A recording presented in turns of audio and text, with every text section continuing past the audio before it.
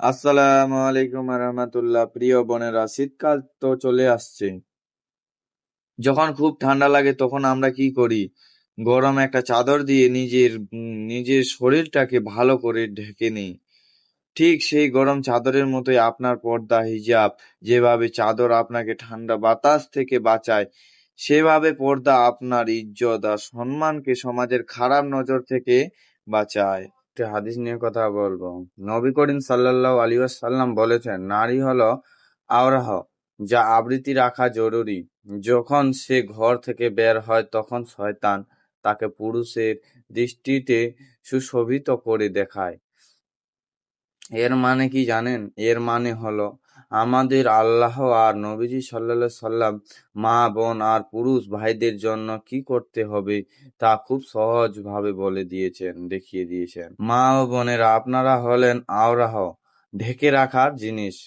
মা ও বোনেরা, আপনাদের শরীরটা হলো একটা গুপ্তধনের মতো। গুপ্তধন তো আর খোলা জায়গায় ফেলে রাখা হয় না, তাই না? যখন বাড়ির বাইরে যাবেন সুন্দর করে শরীরটা ঢেকে নেবেন। এটা আপনার নিজস্ব সম্মান ও নিরাপত্তা। শয়তান চায় আপনাদের দেখিয়ে পুরুষদের বিপদে ফেলতে। আপনারা ঢেকে থাকলে শয়তান সেই ঢাল ভেস্তে যাবে, শয়তানের সেই চাল ভেস্তে যাবে। ধরুন আপনি আপনি সোনা আজকে কিনলেন। সোনা কিনে কি আপনি কি খোলামেলা জায়গায় রাখবেন, ফেলে রাখবেন? সেই রকম আপনার শরীরটাকে ঢেকে রাখতে হবে। ওটা তো সামান্য সোনা। ওটা আল্লাহ তাআলা নিজেই বলেছেন যে তোমরা নিজের শরীরকে ঢেকে রাখো, শয়তানকে সুযোগ দেবেন না।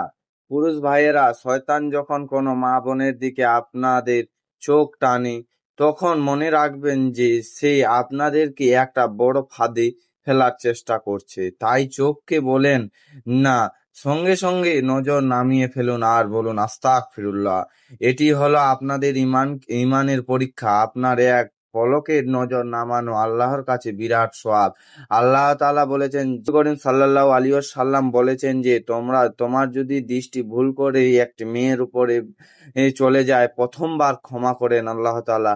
আবার যদি আপনি নিজে নিজে যদি দ্বিতীয়বার যদি আপনি দেখেন, তাহলে ওটা ক্ষমা করেন না, ওটা গুনাহ হিসাবে ধরা হয়। আপনি মনে করলেন যে আমি আল্লাহ, নবী করিম সাল্লাল্লাহু সাল্লাম তো বলেছেন একবার একবার আমি এক নজরে দেখেই আছি, ওরকম না। ওইরকম দেখলে আপনারও গুনাহ হবে। মা ও বোনেরা, যখন পর্দা করেন তখন তারা আল্লাহর কাছে সওয়াব পান আর নিরাপদ থাকেন। আর পুরুষ ভাইয়েরা যখন চোখ নামান তখন তার গুনাহ থেকে বাঁচেন। পর্দা আসলে দুজনেরই জন্য শান্তি আর সওয়াবের রাস্তা। আল্লাহ আমাদের সবার জন্য এই সহজ বিধান মানার সহজ করে দিন। সকলেই বলেন আমিন। ও